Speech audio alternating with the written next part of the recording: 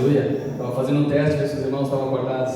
Eu estou cansado do trabalho, às vezes é complicado, né, irmãos? Mas Deus nos renova as forças aí. Aleluia. Louvado seja o nome do Senhor. Estava pensando enquanto o pastor orava, e Deus tem me levado a meditar sobre a questão da nova aliança, sobre a questão da obra de Cristo e principalmente da nossa compreensão da palavra. Então eu vou pregar, mas ao mesmo tempo eu estava com as mãos nos ouvidos também, orando e pensando assim, eu também preciso que Deus fale comigo primeiro, que Ele ministre no meu coração. Enquanto eu vinha preparando o esboço aqui da pregação, Ele vinha também falando comigo, vinha me fazendo lembrar de algumas coisas e edificando a minha fé. Mas o que eu quero dizer é como é importante que a gente tenha a ajuda do Espírito Santo para a gente compreender a palavra, porque é como a palavra que Deus diz, né? A letra mata, mas o Espírito vivifica. Então, se nós ficarmos, o estudo é bom, a teologia é boa, mas se nós ficarmos só lendo, só ouvindo a pregação e nós não tivermos a ajuda do Espírito Santo, se nós não pedirmos para o Espírito Santo que Ele nos ajude a interpretar da maneira correta aquilo que está sendo pregado, a ter um aproveitamento daquilo que está sendo pregado aqui em cima, então muitas vezes a gente vai ter uma perda, a palavra vai se perder. Então é importante nós lembrarmos disso, que o Espírito Santo é quem nos abre o entendimento, abre os ouvidos, os olhos espirituais, para que a gente consiga compreender o mundo espiritual, amém? Amém. Se você puder abrir comigo a sua Bíblia, nós vamos meditar hoje no livro de Zacarias. Vamos começar em Zacarias capítulo 4, verso 6.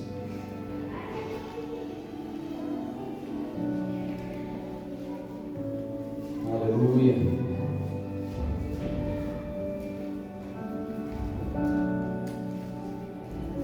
Guardar os irmãos acharem.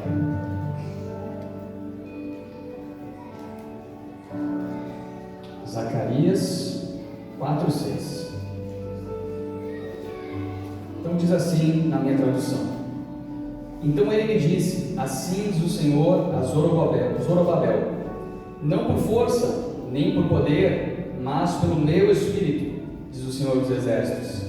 Lá no 10 tem outra palavra interessante para nós meditarmos. Diz assim, 4:10: não desprezem os começos humildes, pois o Senhor se alegra ao ver a obra começar, ao ver o prumo na mão de Zorobabel.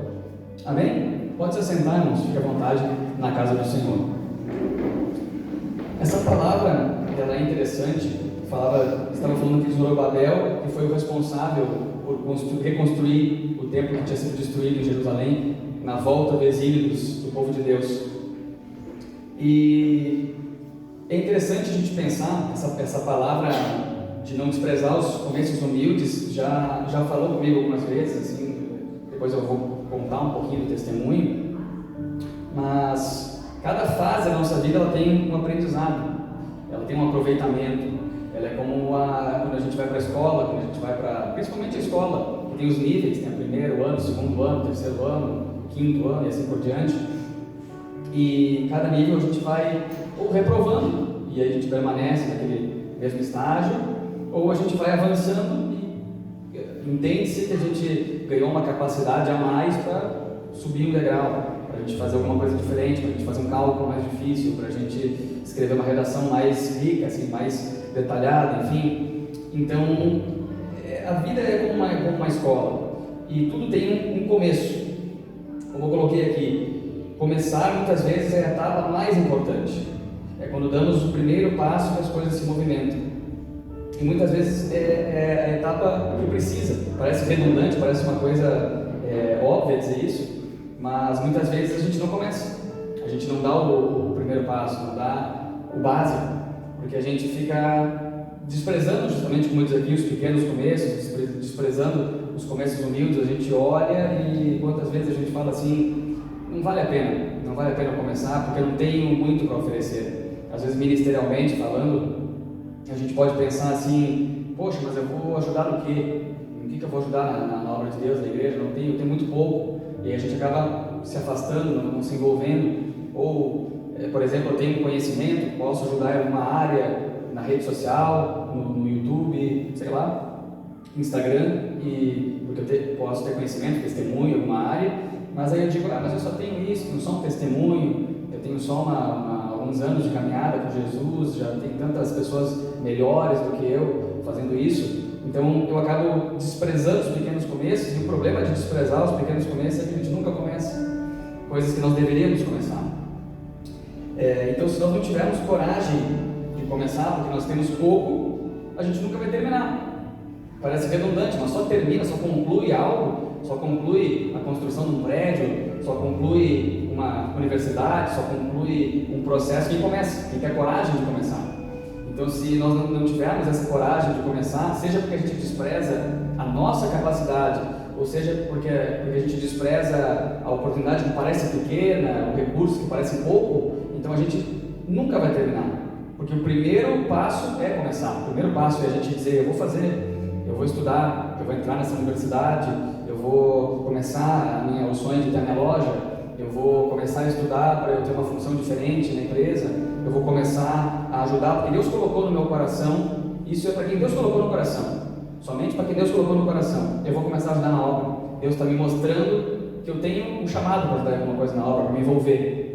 Então a gente deve dar, sim, o primeiro passo, porque é ali onde tudo acontece, onde a gente se coloca diante da presença de Deus e também diante do pastor, diante dos irmãos, para servir. Amém? Aleluia.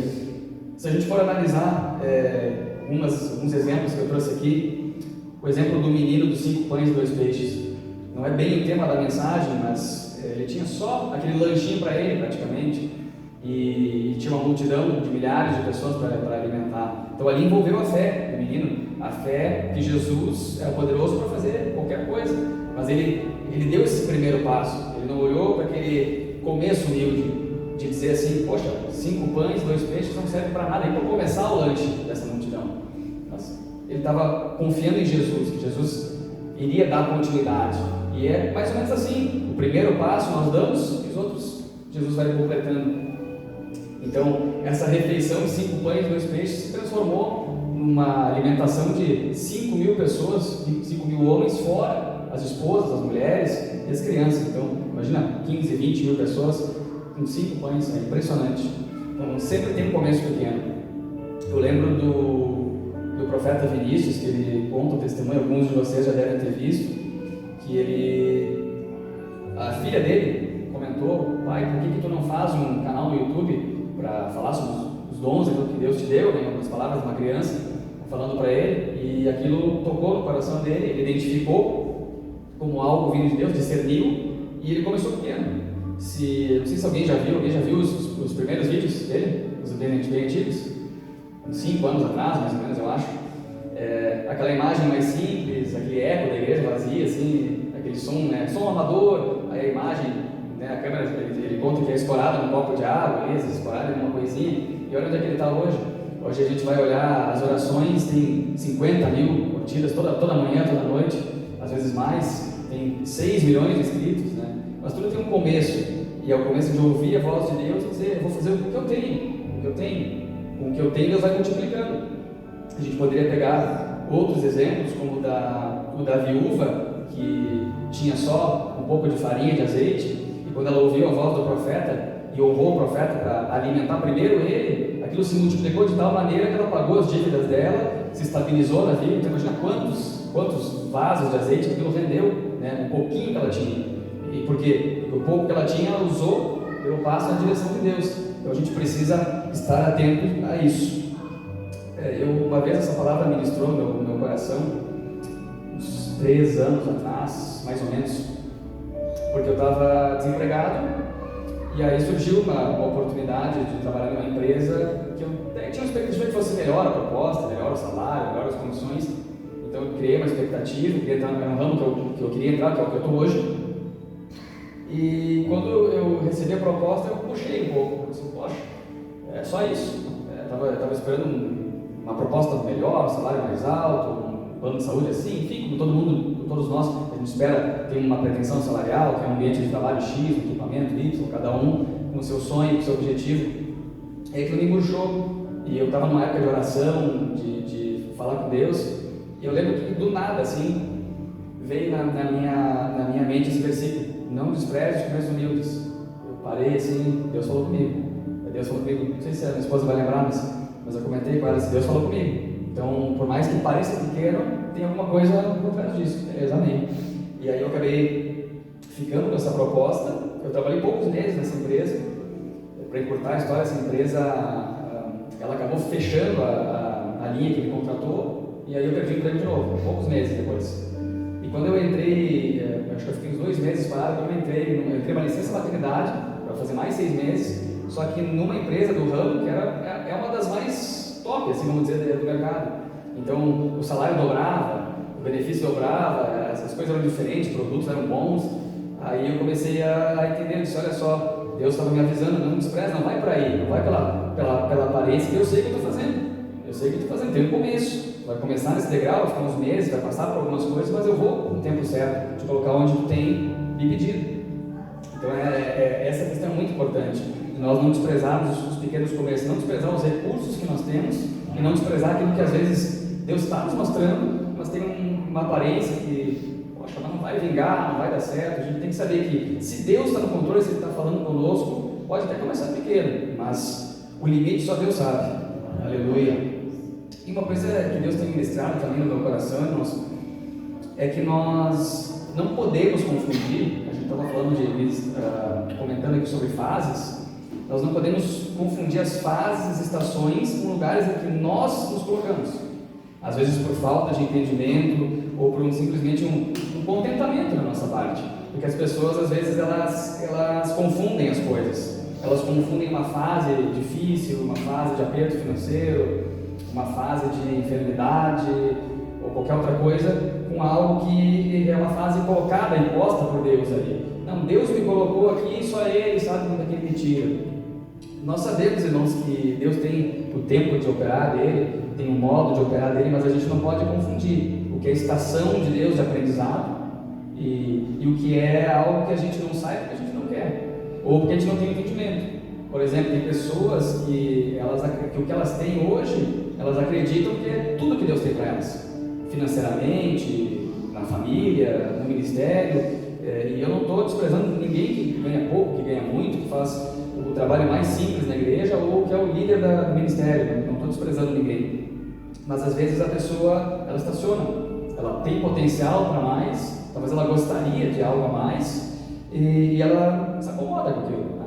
Cheguei até aqui, tá bom, acho que tudo que Deus tem para mim, e ela não crê que tem coisas novas, e por isso ela estaciona, ou por falta de entendimento de saber que Deus tem o melhor para nós. Tem muitas pessoas que têm uma dificuldade de crer que Deus tem coisas boas para nós, e pensam que o Evangelho, que a caminhada com Deus é só orar, jejuar, vir na igreja e qualquer coisa assim, tá bom, feijão com arroz. Mas esse é justamente o que eu falei, esse é só a cereja do bolo, é só o feijão com arroz. Tem muita coisa que Deus tem para nos dar, tem muita coisa que Deus tem de experiências para nos trazer espirituais, dons para derramar sobre a nossa vida, prosperidade, presentes que Ele nos dá. A Bíblia fala que se o filho pedir para o pai um pão, o pai não vai dar uma pedra. Está falando e Deus é o nosso pai, então Ele está falando de um Deus que é generoso. Tem pessoas que não creem nisso, mas Deus é um Deus que nos ama de uma forma incondicional, que Ele quer um contato conosco, e Ele, sim, dá presente para nós, Ele nos abençoa, Ele quer nos ver felizes. Claro, Ele quer nos ver bem em primeiro lugar, Ele quer nos ver na direção dEle em primeiro lugar. Então, tem coisas que talvez Ele não vai nos dar porque não é o tempo, porque não é a vontade dEle, sim, mas nós temos que entender que Ele quer o melhor para nós. A Bíblia diz que se nós quisermos ouvirmos Ele, obedecermos Ele, nós temos acesso ao melhor dessa terra, as coisas boas dessa terra, os bons frutos. Mas nós temos que querer, estar dispostos a isso, obedecer e principalmente crer, porque tudo é pela fé, irmãos, tudo é pela fé. Então, por exemplo, há coisas que Deus nos garantiu na palavra, mas porque eu não conheço, eu aceito menos. Isso é uma coisa que a gente pode citar um exemplo que é bem comum, que os pregadores às vezes trazem. Se nós temos, por exemplo, direito a algo e a gente não conhece direito, a gente obviamente não vai usufruir dele, porque a gente não sabe que tem. Então, por exemplo, vou pegar aqui o Código do Consumidor. Eu tenho direito a uma troca, um arrependimento da compra em 7 dias, mesmo que não tenha defeito, mesmo que esteja tudo certo. Fui lá, passei o cartão, comprei, cheguei, usei um sapato, não gostei, está apertando, vou trocar, eu tenho esse direito. Mas se eu não souber o que eu vou fazer, agora já era, agora eu comprei sapato, gastei R$200 no sapato e vou ter que ficar com esse sapato apertando, né? Incomodando, duro, sei lá. Porque por falta de conhecimento da lei, do que me beneficia, eu deixo de desfrutar de coisas que eu poderia desfrutar. E a mesma coisa na palavra de Deus. Quantas vezes nós vemos, irmãos, as pessoas dizendo assim: Deus colocou uma enfermidade em mim, Deus me deixou doente para me ensinar. Eu entendo que em muitos lugares é pregado assim, eu respeito, mas eu não concordo, porque a palavra de Deus diz que Jesus Cristo levou sobre si as nossas enfermidades no madeiro, para que a gente não precisasse carregar. Então, quando Ele morreu com os nossos pecados e com as nossas enfermidades, coisas que nós não precisamos carregar. Tanto é que Jesus instruiu os discípulos a orar para os enfermos, porque aquilo ali não era uma obra dele. Vamos imaginar assim, parece cômico. Deus vai lá, coloca uma cegueira naquele homem, e aí vai o discípulo orar contra a vontade de Deus. Não, eu vou tirar algo que Deus colocou. Não faz sentido. Justamente porque Deus, a obra de Deus é curar os enfermos, a obra de Deus é expulsar os demônios, a obra de Deus é libertar o ser humano do pecado. E isso aqui é um direito nosso. Mas se eu não conhecer que Ele quer me curar, que Ele me quer com saúde, que Ele me quer com prosperidade, e quando eu digo prosperidade, pode ser riqueza? Pode ser, mas pode não ser, pode ser simplesmente uma vida estável, confortável, onde eu consigo pagar as minhas contas, onde eu consigo comer uma boa comida, onde eu consiga fazer o meu rancho e colocar no carrinho tudo que eu gosto, e não sempre é mais barato, entende? Então são coisas que nós precisamos compreender. Se eu não tiver essa compreensão, eu vou dizer: Deus quis a doença, Deus quis a pobreza. E principalmente, irmãos, de novo eu bato nessa tecla, a fé que nós vamos falar daqui um pouquinho. A fé é a chave de tudo. A fé é a chave de tudo, não é a obra nossa, não é outra coisa senão a nossa fé em Cristo que ativa as promessas dele na nossa vida. E falando das estações, é muito importante, irmãos, que nós aproveitemos as oportunidades de aprendizado e crescimento que Deus nos dá. Eu estava pensando nisso antes de vir para cá, eu já conversei um pouco com a minha esposa também sobre isso. O fato de nós estarmos aqui hoje é uma preparação, é uma escola. Eu estou aprendendo quando eu estou aqui ministrando louvor, quando eu estou aqui pregando a palavra para os irmãos. Nós estamos aqui como uma igreja que hoje talvez não é tão grande, aprendendo a ser igreja grande, entendeu? Estamos nos preparando para o dia que Deus colocar aqui 100, 200, 300 membros fixos, porque toda igreja tem um pequeno começo, todo lugar tem um pequeno começo, todo ministério tem um pequeno começo. Então é importante a gente aproveitar em todas as estações, porque o ser humano, e eu digo eu também incluso nisso, nós temos a mania de olhar sempre lá para o final. Então nós só ficamos satisfeitos quando chega no final. Eu até estava vendo um vídeo de um psicólogo falando o quão ruim é isso, a gente viver começando a segunda-feira pensando no sábado. Então o processo a gente quer passar o mais rápido possível, quer ignorar para chegar no final de semana.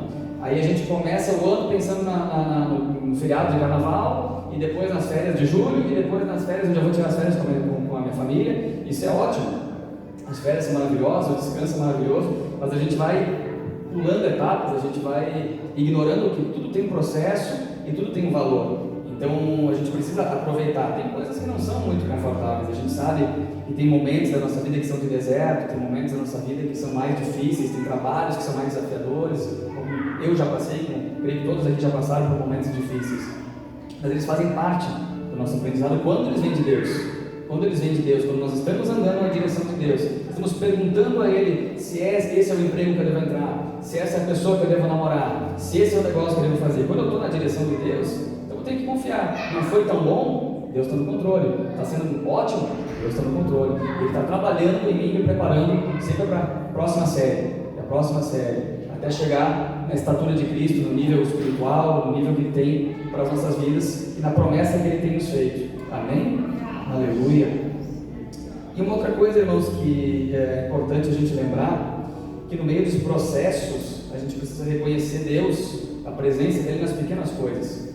Até tem aquele louvor que nós às vezes cantamos aqui na igreja, que nós ministramos, que diz assim: eu não conheço o teu rosto, mas eu te reconheço em todo lugar. E é muito interessante essa palavra que a cantora, no caso, compôs, porque a gente não conhece a face de Jesus, nós não conhecemos a aparência dele, muitas vezes nós não vemos ele. Às vezes Deus dá uma experiência para algumas pessoas presenteia algumas pessoas com uma imagem dele, ou ser visitado com um anjo, e glória a Deus por isso. Mas muitos de nós nunca viram algo assim, então nunca vamos ver. Porém, eu preciso reconhecer Deus, mesmo que eu não conheça, eu não veja Ele, mesmo que eu não conheça como Ele é, eu preciso reconhecer Ele. E aí, como eu digo isso?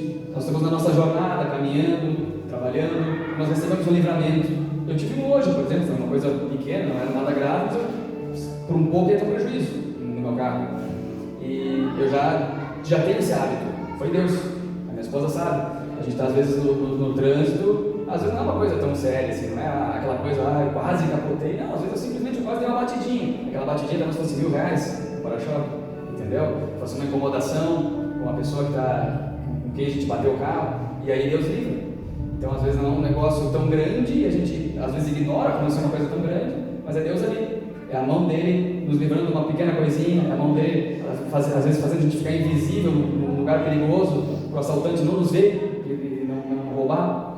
Então são muitas coisas, e se a gente aprender a reconhecer Deus nessas pequenas coisas, no nosso processo, a gente tem um processo mais leve, porque a gente consegue perceber, não, Deus está comigo, às vezes eu não estou sentindo a presença dele, às vezes eu não estou vendo ele, às vezes as coisas não estão acontecendo como eu gostaria, na velocidade que eu gostaria, mas eu vi ele hoje. Como é que eu vi ele? Através daquele livramento. Eu vi ele hoje, através daquele presente que me abençoaram. Alguém me veio e me deu um perfume, um creme de presente. Glória a Deus.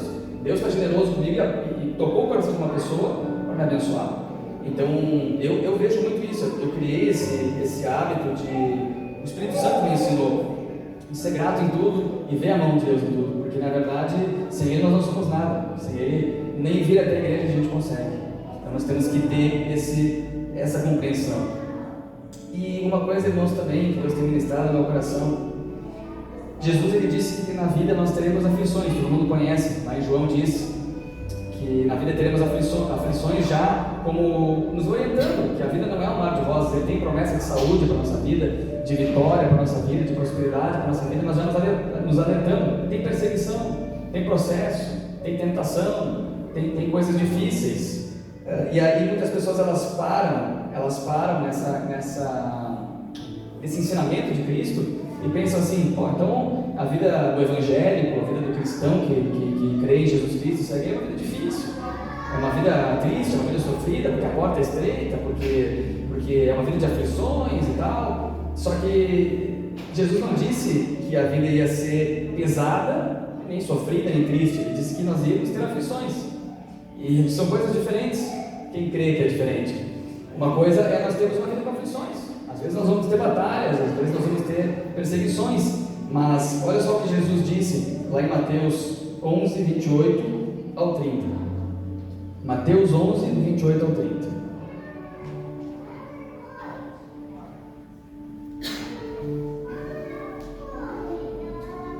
Venham a mim todos os que estão cansados e sobrecarregados, e eu darei descanso a vocês. Tomem sobre vocês o meu jugo e aprendam de mim, pois sou manso e humilde de coração, e vocês encontrarão descanso para suas almas. Glória ao final, pois o meu jugo é suave e o meu fardo é leve. Então, andar com Jesus, quando Ele coloca o jugo dele sobre nós, é leve, é suave. Ele não está falando que é sofrido, que é pesado, que é quase impossível. Mas o que às vezes acontece? Às vezes acontece uma falta novamente de compreensão nossa, de nós entendermos o real evangelho, de nós entendermos a nova aliança e nós andarmos nela. É isso que faz que a nossa vida flua e fique leve. Um exemplo que a gente pode pegar: Paulo e Silas na prisão, cantando, louvando a Deus.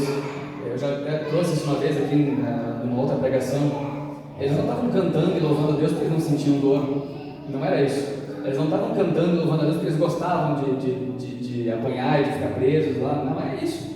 O que eles estavam fazendo é, apesar da dor, eles estavam com a leveza do Evangelho, que é a diferença. Apesar da perseguição, eu estou vivendo a leveza do Evangelho, a leveza de quem crê e sabe que aqueles que sofrem perseguição têm um galardão de Jesus lá no porvir, na vida eterna. Então é questão de muitas vezes o ponto de vista, como nós entendemos a nossa caminhada do Evangelho. É por isso que eles cantavam na prisão, é só por isso, porque eles entenderam a graça de Deus, a obra de Deus e como que o Evangelho funciona. E olha que interessante, irmão, se nós não tivermos a interpretação correta da palavra, se nós não frequentarmos ambientes, igrejas, e nós não andarmos com irmãos que creem nisso, a nossa vida pode se tornar difícil de andar com Jesus. E é aí que muitas vezes as pessoas se desviam, por causa da chamada religiosidade de algumas igrejas, de algumas pessoas. Em Mateus 23, nós vamos ver alguns versículos, e você vai entender o que eu estou dizendo.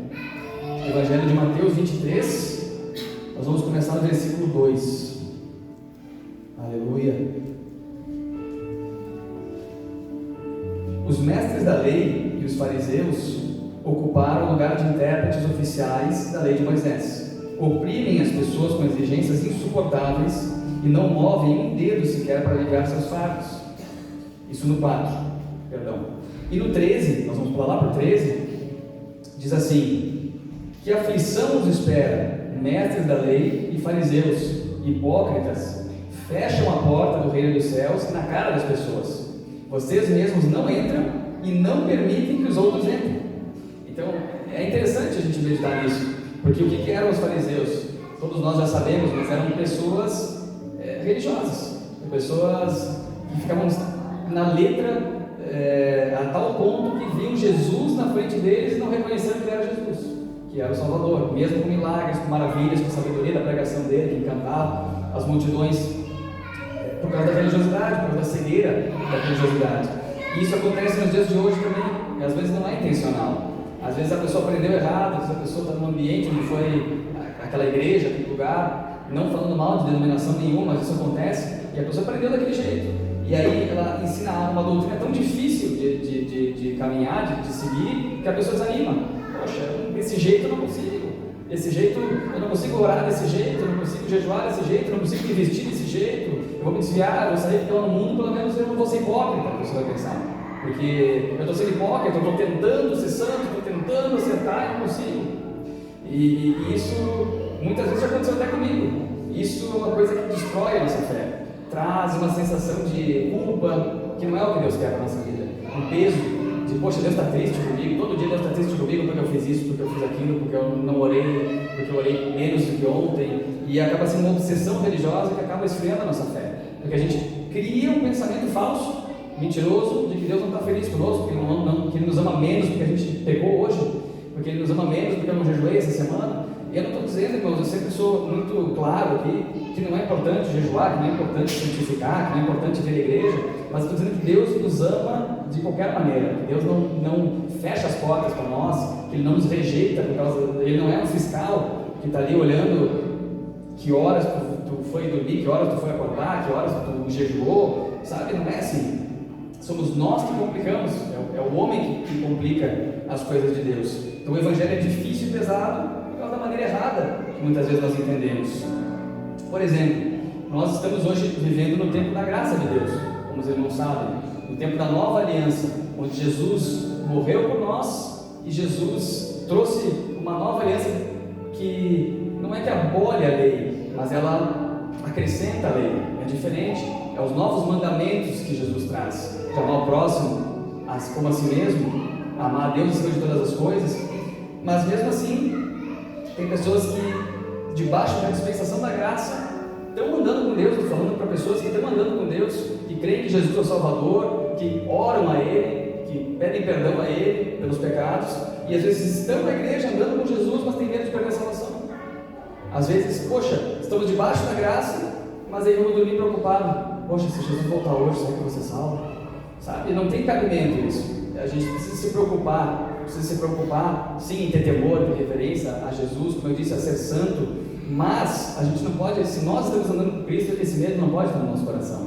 Olha o que diz Romanos, capítulo 5, verso 1.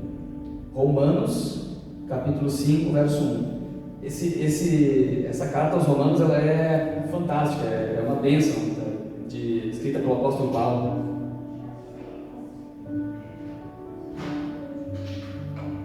Diz assim: portanto, uma vez que pela fé fomos declarados justos, temos paz com Deus, por causa daquilo que Jesus Cristo, nosso Senhor, fez por nós. Então olha só, portanto, uma vez que pela fé fomos declarados justos, não é pela minha eu posso dizer assim, pelas minhas obras, pelo quanto eu sou bonzinho, não. É pela fé que fomos declarados justos, a fé em Cristo Jesus. E depois diz assim, ó, temos paz com Deus, por causa daquilo que Jesus Cristo, nosso Senhor, por causa do que Ele fez por nós, não do que nós fazemos para Ele. O que nós fazemos para Ele são atos de amor.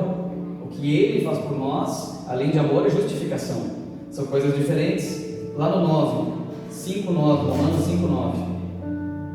E uma vez que fomos declarados justos por seu sangue, certamente seremos salvos da ira de Deus por meio dele. Aleluia!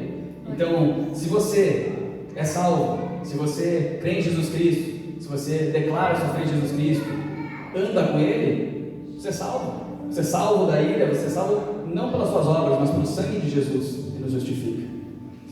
E muitas vezes, irmãos, para nós concluirmos aqui, nós trazemos muitas bagagens das religiões passadas que alguns de nós tivemos, que frequentamos, às vezes é denominação evangélica, às vezes é de outras religiões, coisas, hábitos que nós aprendemos e a gente vai trazendo uma bagagem e não faz aquela limpeza. Às vezes, quando nós, enfim, na nossa casa, a gente de tempo em tempo tem que fazer uma limpeza. De tempo em tempo, às vezes nas férias, no calor, no verão, a gente tem que abrir tudo e verificar se tem roupas que não servem mais, porque estão velhas, porque ficaram grandes, porque ficaram pequenas, a gente vai doar para alguém que precisa. Se tem coisas ali que a gente não está usando mais e está ali parado, estragando, a gente pode ter um proveito, outra pessoa pode ter um proveito melhor daquilo. E da mesma forma é a nossa vida com Deus. A gente tem que parar de tempo em tempo e se analisar, principalmente quando a gente sai de uma religião e conhece o Evangelho, entra num novo ministério. A gente tem que se alinhar com esse ministério, com esse mesmo espírito que está nesse ministério. E a gente tem que fazer essa limpeza, porque senão não vai fluir. Olha o que diz aqui em Lucas 5, 37 e 38. Lucas 5, 37 e 38. E ninguém colocaria vinho novo em velhos recipientes de couro. Os recipientes velhos se arrebentariam, deixando vazar o vinho e estragando o recipiente. No 38, vinho novo deve ser guardado em recipientes novos. Aí da revelação, o vinho aqui representa a revelação de Deus. Só que nós só podemos receber o vinho novo se nós somos um recipiente novo também. Então, se a gente preparar uma bolsa nova de couro, um recipiente novo, se a gente for com aquele velho de outra religião, de outro ministério, e querer receber o vinho novo de Deus, vai estourar, vai estragar, vai se perder, vai derramar no chão. Por isso que a gente não pode usar a mesma estrutura, a gente tem que se atualizar. E não digo se atualizar, a Bíblia não muda, mas a gente tem que se atualizar no Espírito Santo, se atualizar na revelação da palavra, se atualizar no Espírito. Então, muitas vezes, irmãos, eu já passei por isso, eu vejo que muitos já passaram por isso. Não deixe a condenação te parar, a culpa te parar. Não deixe a religiosidade te dizer que o teu jejum não vale, que a tua oração não vale. Nós não podemos ser acomodados, irmãos. É diferente. A gente tem que buscar um crescimento, tem que buscar. Eu jejuava pouquinho, eu vou começar a jejuar um pouco mais, eu vou começar a ter mais experiências com Deus, eu vou começar a ler, eu li um capítulo na Bíblia, vou me desafiar para ler 2. A gente tem que buscar um crescimento, porque é daí que vai vir as experiências com Deus, é daí que vai vir a fé que a gente precisa para romper. Mas a gente não pode deixar que a religiosidade nos estrague aquele jejum pequeno, aquela oração pequena, aquele pequeno capítulo que a gente leu, como se aquilo não tivesse valor, sabe? Então, muitas vezes, tem pessoas que falam, não, se jejuar pulando uma refeição não é jejum é 24 horas, não, jejum é só assim, assado. Jejum, Jesus só falou que é a abstenção de alimentos, só isso. Então, Daniel jejuou, só um exemplo para os irmãos, Daniel jejuou só com frutas e legumes. Teve homens de Deus que jejuaram sem água, sem comida por 3 dias. Teve pessoas que jejuaram só o alimento, como Jesus no deserto, que jejuou só o alimento e por 40 dias ele jejuou e depois ele teve sede, mas não teve, ele teve fome, perdão, mas não teve sede, porque dá a entender que fome ele teve porque ele não comeu, mas sede ele não teve porque ele se hidratou durante os 40 dias. Então, quem somos nós para dizer se o jejum do irmão não é de Deus? O profeta faz uns que ele não come pão, que ele não come açúcar. Deus dirigiu, glória a Deus. Então, eu queria deixar essa mensagem para os irmãos, para nós entendermos, não nos limitarmos, não limitar o Espírito Santo, não nos limitarmos, não deixar essa religiosidade nos parar. Ou eu tenho pouco, ou isso aqui é muito pouco. Não, aquilo que Deus te dirigir, aquilo que tu está conseguindo fazer no momento, faz pelo teu coração e Deus vai te abençoar. Amém? Quem recebe essa palavra? Aleluia. Deus abençoe os irmãos. Passa a palavra para o pastor Fernando.